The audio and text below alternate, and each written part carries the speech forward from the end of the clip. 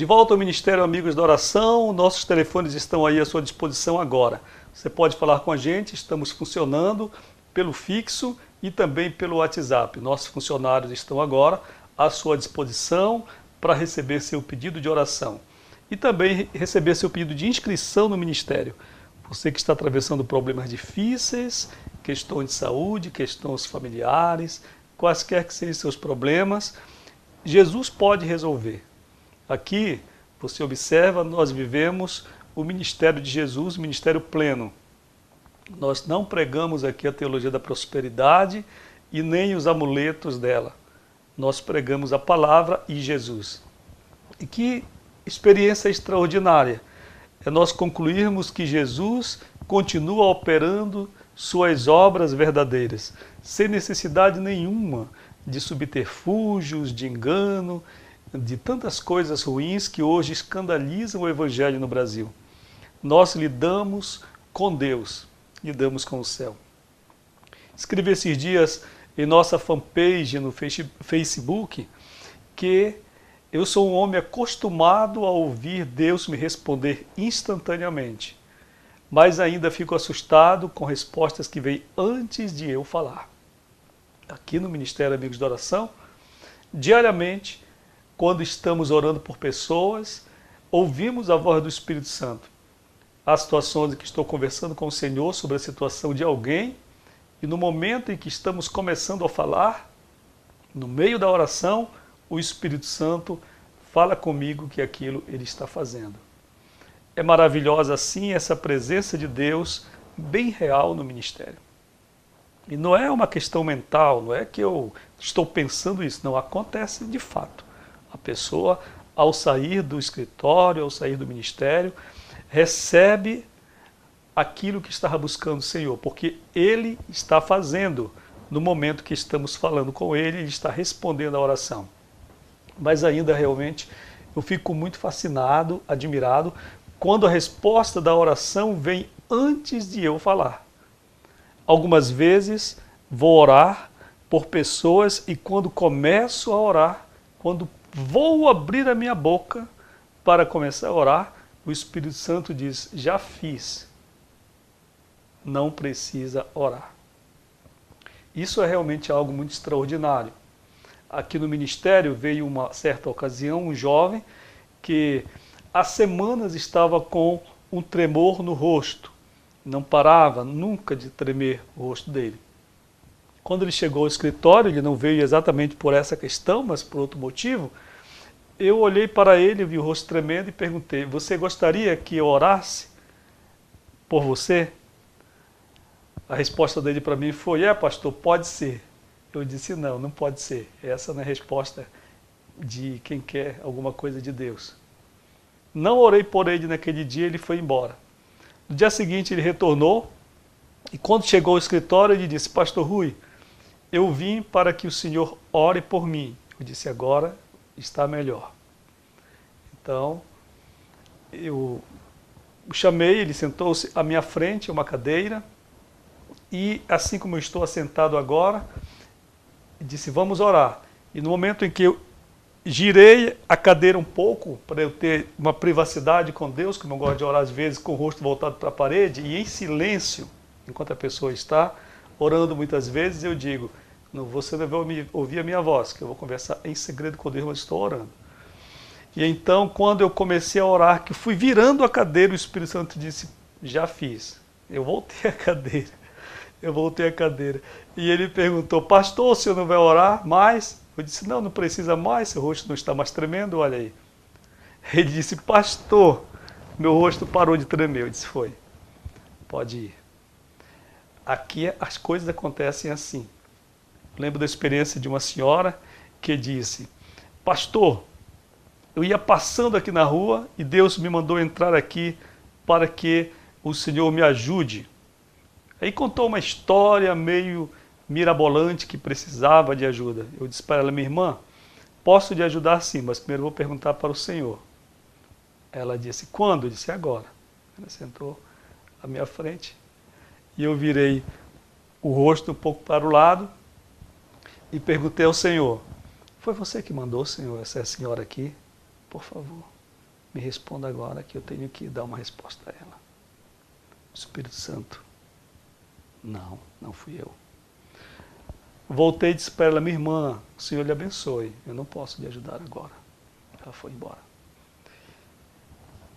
Uma amiga minha, estou contando esses testemunhos que são espontâneos, nada aqui no programa, que a gente não tem script, não tem muito roteiro, a gente segue mais aqui a espontaneidade do Espírito Santo. Então, me lembrando agora de uma amiga, era dia de meu aniversário, final do ano, ela me ligou. Eu estava de folga naquele dia do trabalho, minha colega também de repartição. Ela me disse, Rui, minha mãe está no CTI. Eu sei que é teu aniversário, mas você poderia ir comigo à tardinha orar por ela? Eu disse, posso. Eu acompanhava aquela senhora já há alguns dias e era uma doença que se agravara, mas não era uma coisa para matar. Ela havia tido apenas um problema respiratório no final de semana e teve que fazer uma traqueostomia. E estava sedada, esperando o momento de ser liberada para fazer outros procedimentos. Uma senhora forte, com uma enfermidade em andamento. Eu cheguei ali e o CTI muito cheio, não tinha muita privacidade. Geralmente, em situações assim, eu pergunto primeiro ao Espírito Santo se ele tem propósito para aquela pessoa viver. E o Espírito Santo me fala. Se ele me disser que tem, então eu vou orar por isto. E às vezes nem preciso orar, porque enquanto estou conversando, o Senhor já trabalha na pessoa. Quando eu então fui para um cantinho ali do CTI e perguntei ao Senhor, Senhor, eu vim aqui orar por esta senhora, mas eu lhe pergunto, o tempo de vida que o Senhor tem para ela, porventura terminou? E fiquei em silêncio. O Espírito Santo respondeu, sim, terminou. Então eu disse ao Senhor, por favor, não a deixe sofrer então e abrevie suas horas. Enquanto eu dizia estas palavras em silêncio ao Senhor ao lado do leito dela, todos os aparelhos que estavam monitorando o coração, as funções vitais dela, dispararam.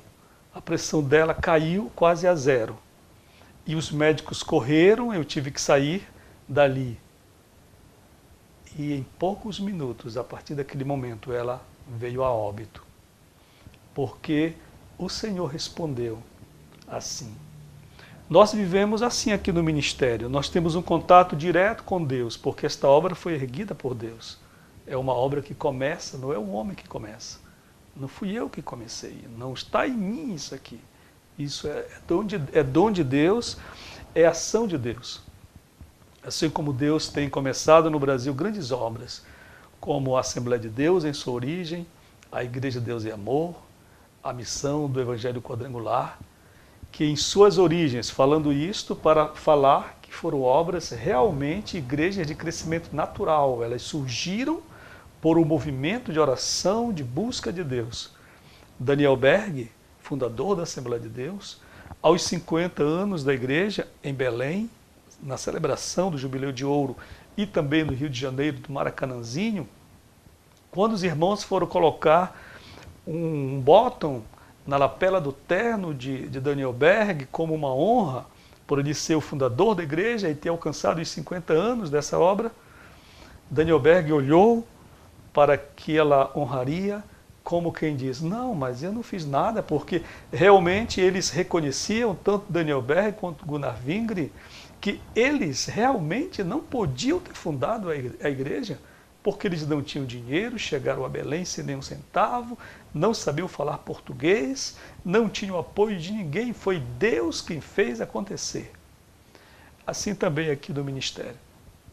Você, ao participar de nosso programa, ao assistir ao nosso programa, você está vendo uma ação de Deus, de um trabalho grande que Ele vem fazendo em minha vida, com 40 anos de oração e 10 anos que Ele tem me mandado organizar esta obra de oração.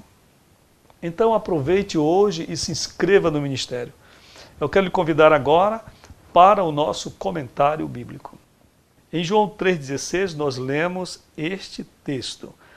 Porque Deus amou o mundo de tal maneira que deu o seu Filho unigênito, para que todo aquele que nele crê não pereça, mas tenha a vida eterna. Glória a Deus. É uma palavra extraordinária. E este texto contém muita coisa, muita riqueza para nós examinarmos. O tempo não vai dar para nós aprofundarmos. Mas nós sabemos que Jesus falou estas palavras a Nicodemos. Nicodemos era um dos principais judeus, ele era membro do Sinédrio, que era como que a alta corte judaica. E ele era também um fariseu, não no aspecto pejorativo que nós conhecemos, mas membro da seita dos fariseus, uma pessoa estudada, uma pessoa versada nas Escrituras.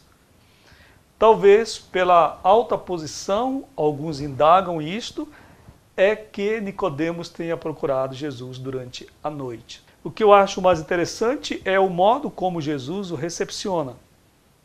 Eu não sei se alguns pastores hoje no Brasil, sobretudo os pastores 5 estrelas, que só gostam de hotéis, também com essa quantidade de estrelas, e que exigem cachês altíssimos para pregar em nossos cultos, ou os cantores que estão aí exigindo tratamento igual ou até mais importante que o próprio mundo, se aceitariam ouvir, receber um homem de noite para uma conversa. E Jesus recebe Nicodemos durante a noite. Ele chega a Jesus com uma palavra de elogio, ele reconhece que Jesus é Filho de Deus. E ele diz, ninguém pode fazer os sinais que tu fazes se Deus não estiver com ele. Jesus não perde tempo com esse elogio. Jesus vai direto ao ponto. Jesus diz que é necessário o homem nascer de novo, que é necessário nascer da água e do Espírito, que o homem nasce conforme a carne, mas a vida no Espírito é outra questão. E nós sabemos que nesse diálogo, quando Jesus abre a porta da casa onde estava, não sei se própria ou estava hospedado ali, para receber um homem, uma única pessoa, digamos, para pregar. E a essa única pessoa, Jesus falou o principal versículo das Escrituras. Veja só como é Jesus. Veja como ele é tão receptivo. E veja como ele não faz segregação de pessoas. Nicodemos era um fariseu. E Jesus batia forte sobre os fariseus. Batia na falsidade com que eles tratavam as coisas de Deus. Mas Jesus não deixa de atender nem mesmo um fariseu, nem mesmo um religioso. Jesus, sim, abre a porta e conversa com Nicodemos. Nessa conversa nós vemos quanto o homem natural, mesmo o religioso, mesmo aquele que aparentemente está incluso nas promessas de Deus, como filho de Abraão, que era Nicodemos. Ele não entende absolutamente nada. Quando Jesus diz que o homem precisa nascer de novo, ele pensa no aspecto natural do nascimento. E Jesus então lhe fala uma palavra que serve para todos nós ainda hoje. Jesus diz que carne é carne, sangue é sangue e o espírito é espírito, que são naturezas distintas, que não se pode interpretar, nem mesmo juntar ambas essas naturezas. Tudo quanto é espiritual, tudo quanto serve para a salvação, tudo quanto é útil para o reino de Deus, não vem pela genética, não vem pelo sangue, não vem pela carne. Você pode ter nascido em um berço evangélico. Quem sabe você frequenta uma igreja todos os dias. Quem sabe você é dizimista e ofertante nas igrejas ou na igreja onde você está. Isto não lhe dá direito ao céu. Isto não nos dá direito à vida eterna. O que Jesus ensina é isto. Salvação, céu, reino de Deus não é assunto de carne nem de sangue. É impressionante que hoje nós tenhamos, por exemplo, a transmissão de igrejas unicamente através da genética. É interessante que ministérios de igrejas sejam transmitidos apenas de pai para filho, como se a genética fosse o instrumento idôneo para a transmissão ministerial. Jesus derruba isto, dizendo que carne é carne e espírito é espírito. Se de algum modo o Espírito de Deus está falando ao seu coração com esta palavra hoje, entregue sua vida para Cristo, mesmo sendo você um crente, um cristão nominal, mas você percebe que sua vida ainda está longe do propósito de Deus. Você não sente em você mesmo os frutos do novo nascimento. Você não se sente, não se vê como uma nova criatura. Você comunga dos mesmos valores do mundo. Você tem a linguagem do mundo, costumes do mundo. Sua palavra é como a do mundo. Falha também como o mundo.